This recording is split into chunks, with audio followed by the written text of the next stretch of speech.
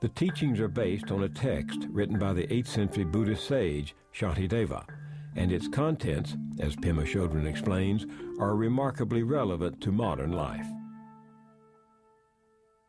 In Tibetan, the word is Dunzi. I love this word, Dunzi.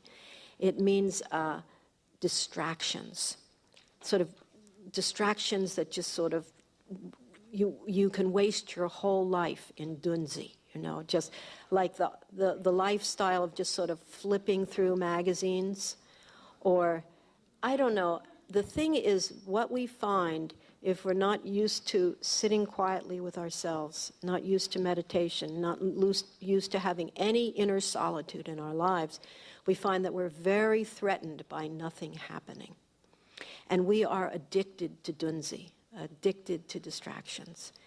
And that's why you get on an airplane, and it's as if, I think they're just like terrified. What would happen if the video went off and there was no food, and we all had to sit there for the whole, 1.5 hour flight, and not have any entertainment.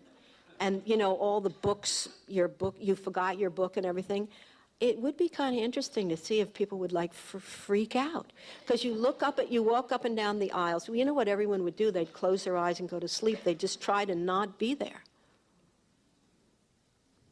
I try to meditate on airplanes. It is not easy, actually, because there is so much, the videos are going like this, change, and there's all this electrical sound going through, and everyone is working with their little Game Boys and their little things, and there's like so much happening in that little space, Everyone's sitting in their little seats, and there's just like chaos. But it's all in the name of entertainment, distracting you from being in this dreadful experience of being in this airplane for however long. This lousy world, this lousy people, this lousy government, this lousy everything, lousy weather, lousy blah, blah, blah, blah, pissed off, like it's too hot in here, it's too cold, I don't like the smell, and the person's too tall in front and too fat next to me, and they're wearing perfume, and I'm allergic, and just, yeah. So he says, the analogy is that you're barefooted. It's like being barefooted and walking across blazing hot sand or across cut glass or a field with thorns. And your feet are bare, and you say, oh, this is just, it's really hurting. It's terrible. It's too sharp. It's too painful. It's too hot. Do I have a great idea? I am just going to cover the whole.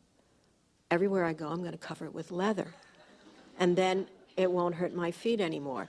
That's like saying, I'm going to get rid of her and get rid of him and get the temperature right, and I'm going to, ban perfume in the world, and there will be nothing that bothers me anywhere. I am going to get rid of everything, including mosquitoes, that bothers me anywhere in the world, and then I will be a very happy, content person. We're laughing, but it's what we all do. That is how we do approach things. We think if we could just get rid of them or cover it with leather, then our pain would go away. Well, sure, because, then it wouldn't be cutting our feet anymore. I mean, it's just logical, isn't it? But it doesn't make any sense, really.